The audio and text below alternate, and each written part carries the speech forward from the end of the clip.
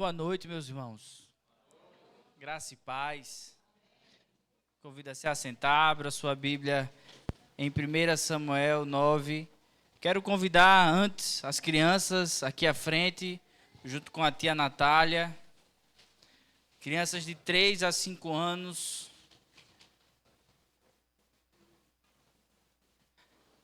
Tem mais alguém? Mais algum? Amém. Vamos orar. Hoje as nossas crianças irão aprender sobre 1 Samuel 9. Vão aprender sobre a providência de Deus e a sua grande misericórdia. Vamos orar? Senhor Jesus, louvado seja o teu nome. Continua, ó Pai, a abençoar as crianças dessa igreja. Que em nome de Jesus, ó Pai, esse departamento infantil possa crescer grandemente, ó Pai. Abençoa a vida da Natália. A usa, Senhor, para ensinar o evangelho a esses pequenos. Essa é a nossa oração, Senhor, em nome de Jesus. Amém. Meu irmão, 1 Samuel, capítulo 9. Hoje, com a graça de Deus, nós voltamos à nossa série de exposições nesse livro que tanto tem nos abençoado.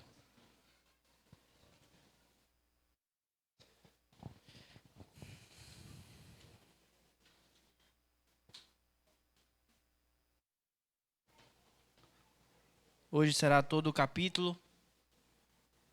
Então, escute com fé, acompanhe com atenção a leitura da palavra de Deus.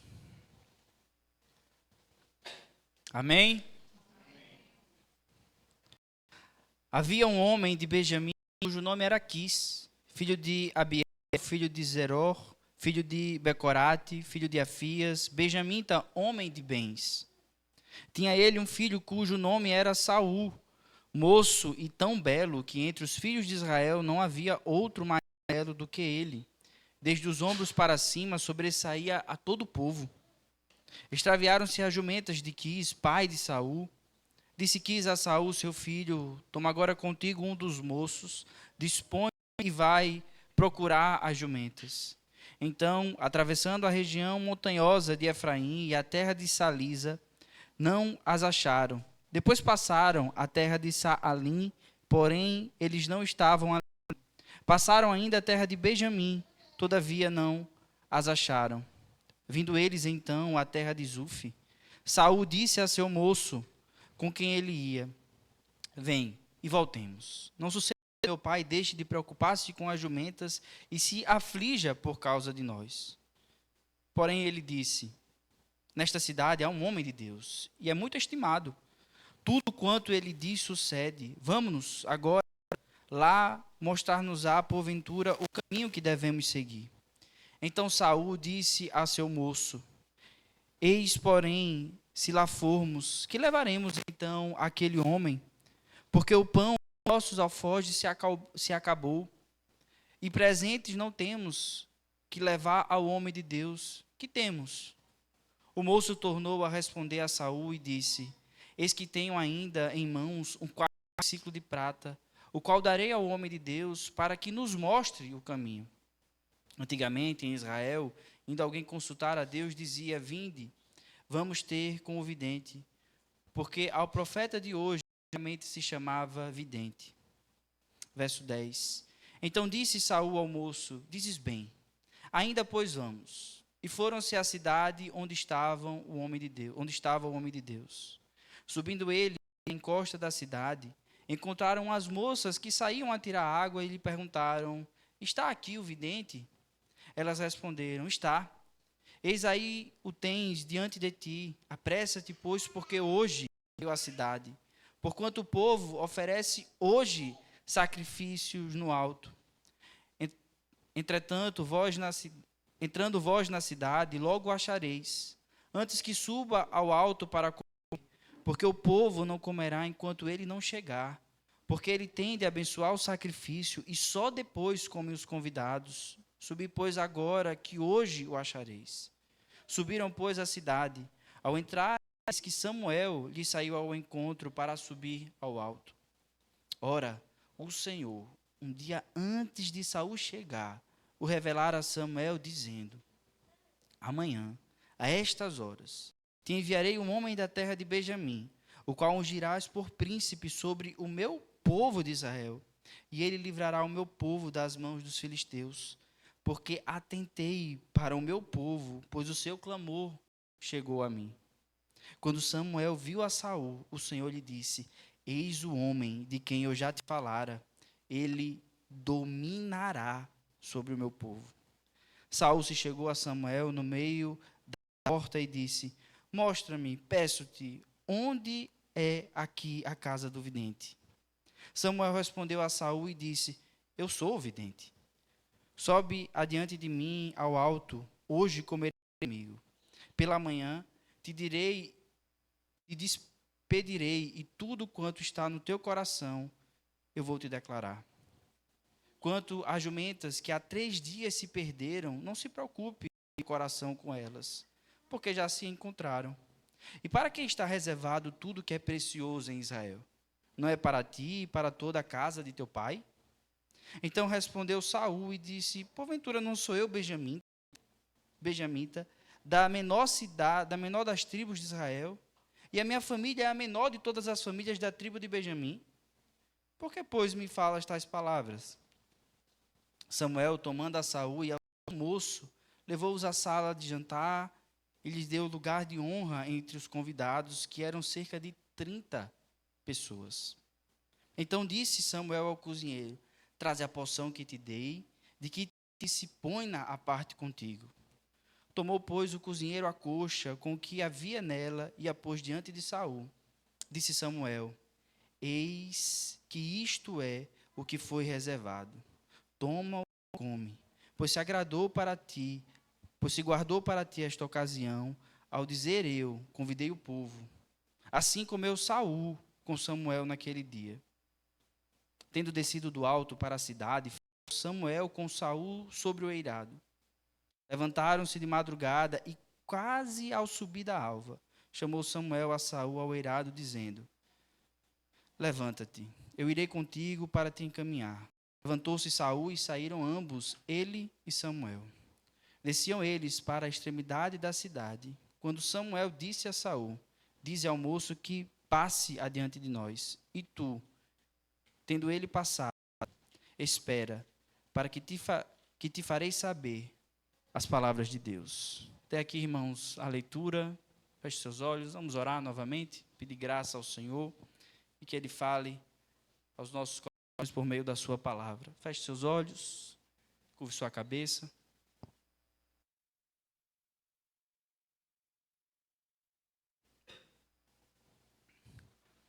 Nos visita, Senhor. Nos visita, ó Pai, essa noite. Traz redenção aos corações que precisam. Liberta, Senhor, aqueles que estão presos no cativeiro do pecado. Edifica teu povo, Senhor. Traz encorajamento necessário ao percebermos a tua grande misericórdia revelada no nosso cotidiano, através da tua providência. Essa é a nossa oração, Senhor, em nome de Jesus. Amém. Meu irmão, alguma vez você já percebeu como Deus usa dias comuns para fazer coisas extraordinárias? É incrível, meus irmãos, perceber como Deus, Ele reserva dias comuns na nossa vida para fazer coisas grandiosas. Essa semana eu conversava com um irmão daqui da igreja e nós nos alegrávamos ao perceber como Deus conduziu a história dele para que ele pudesse casar. O seu sócio vai morar em São Paulo. Em São Paulo, o seu sócio conhece uma mulher de Goiás. E ele diz àquela mulher de Goiás que precisa conhecer o sócio dele, que é a cara dela. Então, eles se conhecem, se casam.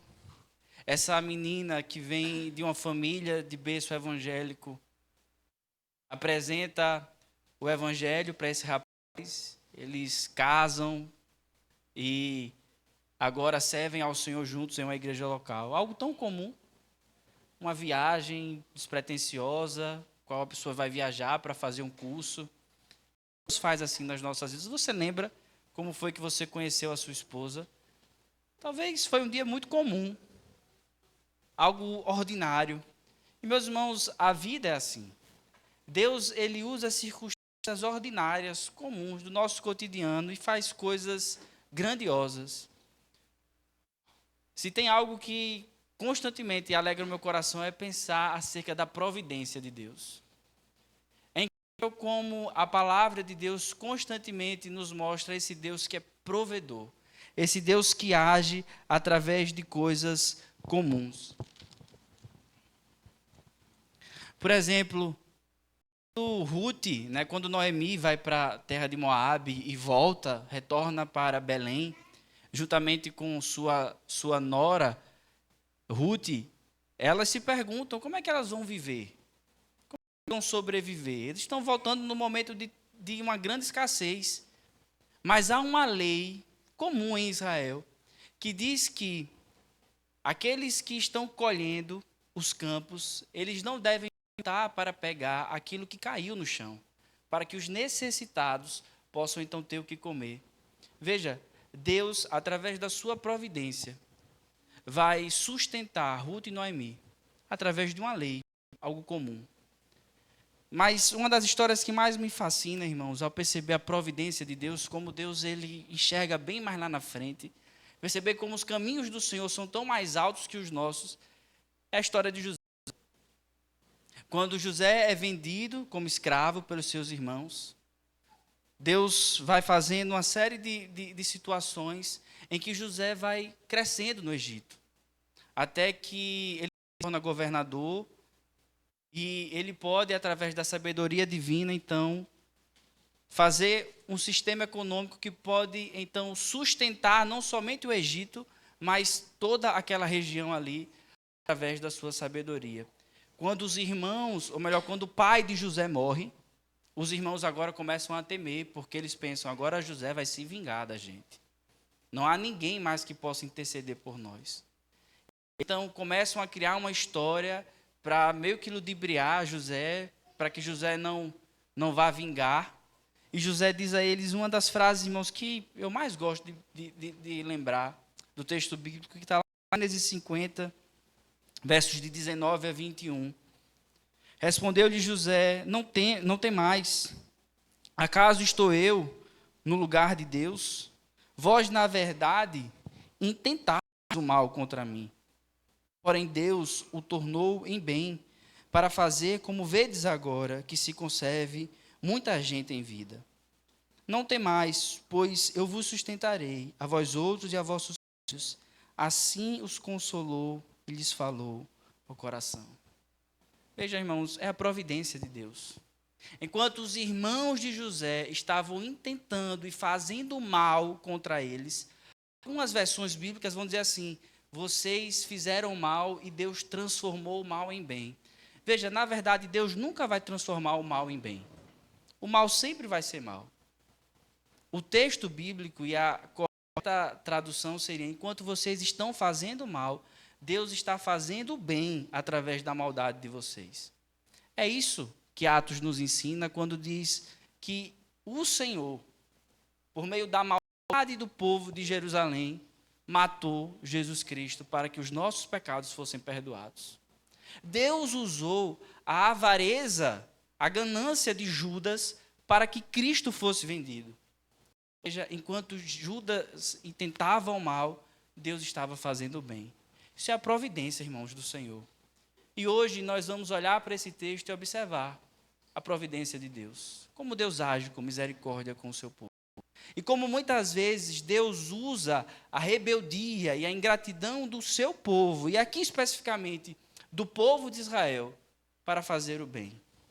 É através do pecado daquele povo, da rebeldia, impedir um Deus, impedir um rei a Samuel.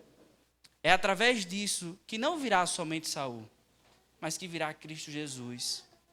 Hoje, meus irmãos, nós vamos, em resumo, aprender que mesmo diante da rebeldia e ingratidão do povo de Israel, Deus permanece fiel às suas promessas e, por meio da sua santa providência, age com misericórdia em Israel.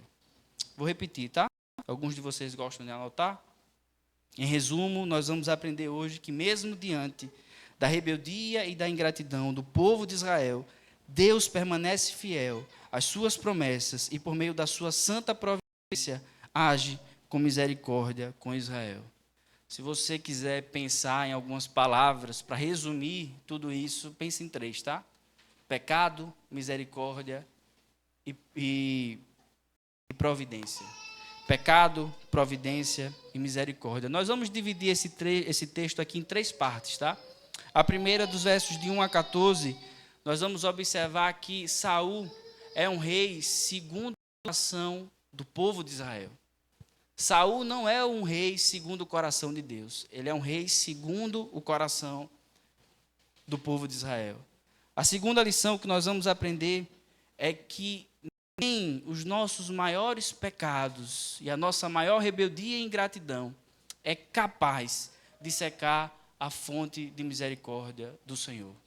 Por fim, nós vamos observar que através da santa providência de Deus, Deus está preparando para o seu povo a chegada de um rei sublime. É isso que nós vamos aprender hoje. Eu gostaria que você olhasse novamente e acompanhasse, melhor que vocês pudessem ler em voz alta, os 1 e 2 desse capítulo 9. Pode ser? Me ajude, por gentileza.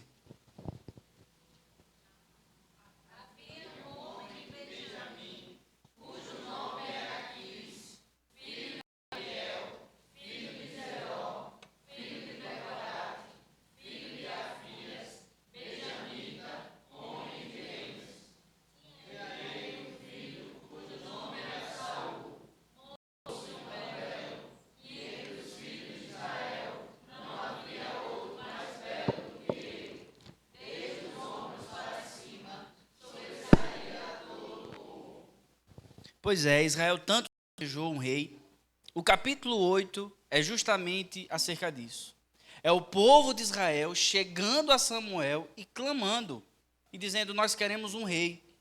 E eles até têm justificativas plausíveis para esse novo rei. Porque os filhos de Samuel não eram tementes a Deus. Israel, nessa época, irmãos, não era uma nação. Era um conglomerado de tribos. Então, por isso, Israel não tinha um exército fixo. Outras nações tinham um exército fixo. Eles querem um rei para que um rei possa juntar um exército e possa liderá-los em batalha.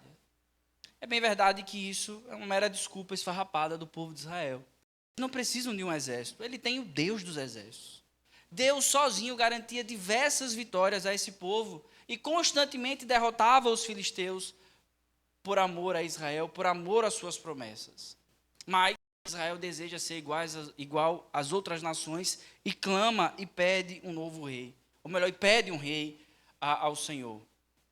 O Senhor então diz a Samuel, não se preocupe, Samuel, não é você que ele está rejeitando. Eles estão rejeitando a mim.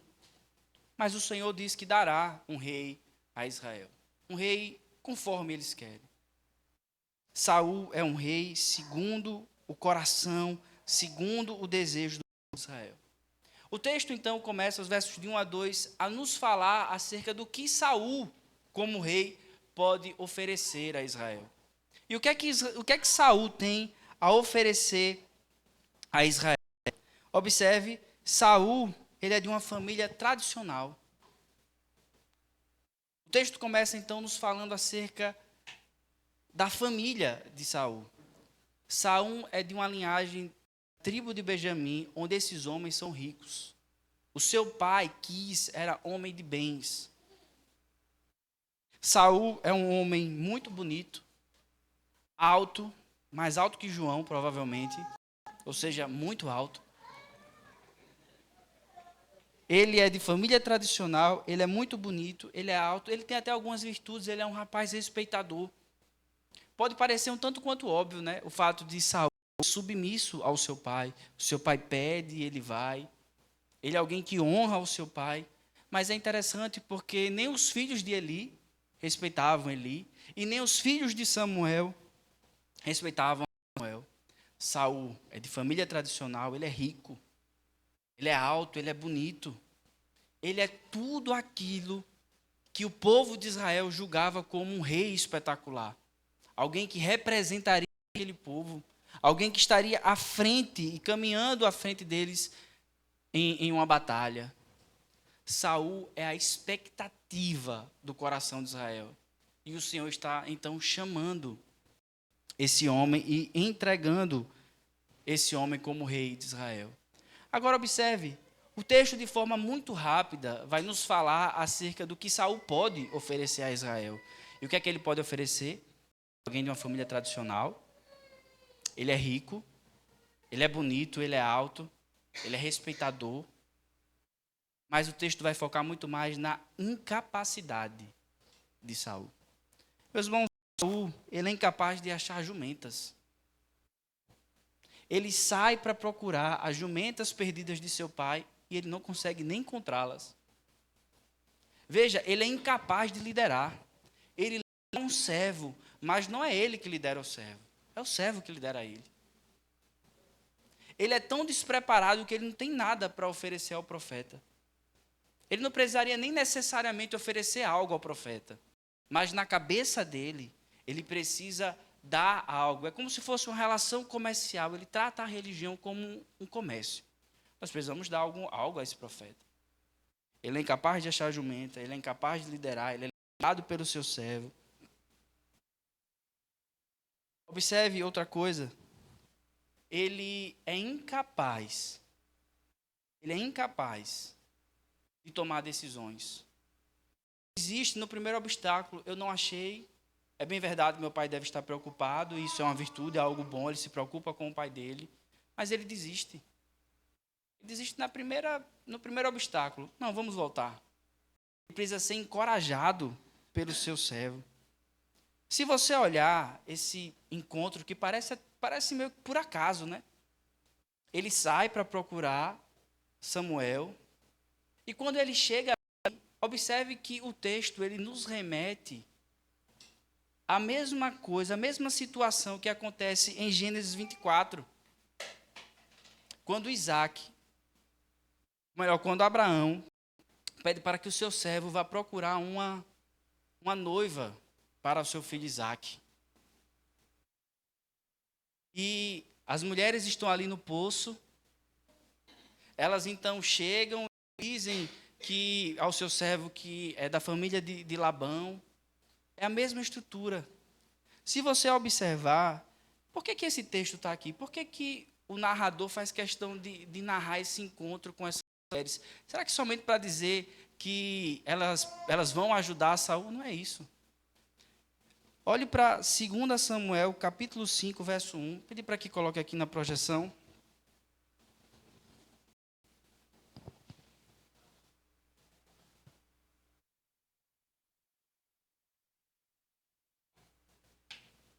Perdão, irmãos, achei que ia ser mais rápido. 2 Samuel 5:1. E veja, lembre-se, Gênesis 24 é um texto em que um servo está procurando uma noiva para o filho de seu senhor. É a mesma estrutura. Observe que quando Davi vai ser ungido, é dito algo interessante acerca disso. Então todas as tribos de Israel vieram a Davi, a Hebrom, e falaram dizendo: somos do mesmo povo que tu és. De onde o povo está falando isso? O que é que o povo quer dizer quando diz essa frase a Davi? Eles estão dizendo aquilo que Adão disse quando casou com Eva. Tu és osso do meu osso. O rei, ele servia como uma espécie de noiva para o seu povo. Então, quando ele era ungido rei, era dito como se ele fosse o noivo para aquela noiva. Gênesis 24 nos fala acerca de um casamento. A história se conecta a Gênesis 24, só tem um porém. Saul não vai casar nesse texto.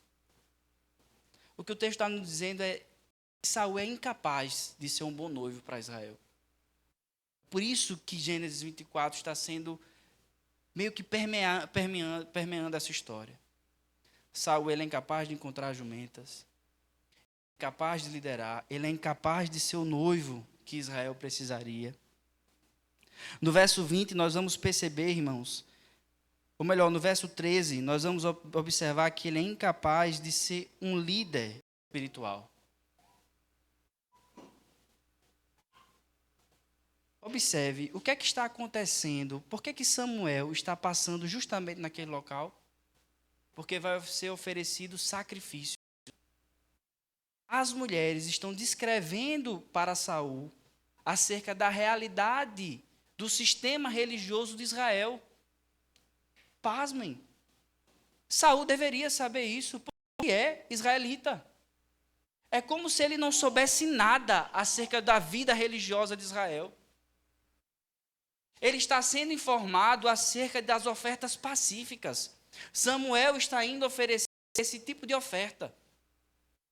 Ele não sabe. Veja, ele não sabe que as pessoas só irão comer quando o profeta chegar, quando o sacerdote chegar. Ele é tão desconectado da espiritualidade de Israel que ele encontra Samuel. O capítulo 7 de 1 Samuel vai dizer algo fascinante acerca de Samuel. Samuel era conhecido em toda Israel. Adivinha quem é que não conhecia Samuel? Saul, o rei tão desejado pelo povo de Deus. Ele encontra Samuel e pergunta: me diz onde é que eu encontro Samuel? Samuel diz: sou eu, meu filho. Tu estás na frente dele, pode dizer o que tu precisa. Saul não vai ser rei de Israel. Saul, o povo pediu um rei. Mas observe, Deus vai constantemente falar que Saul será tudo menos rei. O texto diz que ele é um príncipe. O texto diz que ele governará. Mas o texto não diz que ele vai reinar. Quando você olhar o capítulo 10, você vai ver esse povo celebrando Saul. Sabe o que é triste, irmãos, perceber aqui? Saul é tudo aquilo que o coração do povo de Israel deseja. Saul vai até vencer batalhas. Saul, em algum momento, vai ser um rei que vai representar muito bonito Israel. De fato, ele era bonito, ele era alto. Mas Saul não vai poder fazer uma coisa por Israel. Sabe? É impossível que Saul aproxime Israel de Deus. Muito pelo contrário. Saul vai afastar o povo do Senhor. Quantas vezes nós não somos iguais a Israel? Quantas vezes nós queremos todas as coisas desse mundo? Tomamos escolhas, escolhemos aquilo que às vezes talvez nos traga mais lucro. Mas quais são as vezes que nós escolhemos algo porque isso nos aproximará mais de Deus? Veja, no seu trabalho, você só é conhecido como alguém competente. Saul seria competente, irmãos, para Israel em determinado momento.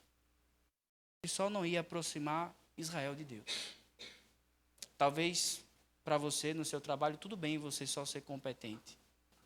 Ainda que você talvez não aproxime ninguém de Deus. Nós não somos irmãos diferentes de Israel. Nós somos desse jeito. Quantos jovens solteiros escolhem o seu cônjuge, seu namorado ou sua namorada, só por uma questão de beleza e aparência. Mas não se preocupa se aquilo vai aproximar mais do Senhor ou não. Qual foi a vez que você escolheu o seu emprego ou o seu trabalho, ou que você vai sustentar a sua família com base naquilo que vai te aproximar mais de Deus e não com base naquilo que vai te dar mais lucro? O que é que mais importa para você? O que mais importava para Israel aqui nesse momento? Um rei que pudesse unir um exército, ainda que o afastasse do Senhor. As suas escolhas, meu irmão, elas têm aproximado mais do Senhor. As suas escolhas lhe aproximam mais de Deus? Será que o teu coração e a tua vida ela é guiada pela palavra de Deus ou pelo teu coração e pelos teus desejos? Saul poderia oferecer qualquer coisa a Israel, menos uma: aproximá-los do Senhor. Veja, minha irmã, talvez o seu marido não lhe dê os melhores presentes dessa terra. Não lhe leve para os melhores restaurantes. Não lhe dê as joias que você gostaria de ganhar. mas ele lhe aproxima mais do Senhor. Se sim, agradeça a Deus. Isso é o que há de mais valioso. Uma pessoa que pode nos aproximar de Deus. Veja, meu irmão, você que é marido, você que é homem, você que lidera ao seu lar. Você tem aproximado mais a sua família do Senhor? O que é que você vai deixar para o seu filho? O que é que você tem deixado para a sua família? Só bens materiais, meu irmão, a traça leva. Não pode roubar. Veja, minha irmã, o que é que mais cativa o teu marido em relação a você? É o seu corpo, é a sua beleza, é o fato de que você cozinha bem. É aquilo que você tenha de mais valioso a oferecer, seja o fato de que você é um instrumento que aproxima as pessoas mais de Deus. E nós vamos observar como a primeira lição aqui, irmãos, Saul é um rei segundo o coração do povo, não segundo o coração de Deus. O texto continua, e os versos de 16 a 17, nós vamos nos mostrar quanto que esse Deus, queridos, é misericordioso. Veja, o que você faria se fosse Deus? Diante de um povo a qual você sustentou no deserto, a qual você de forma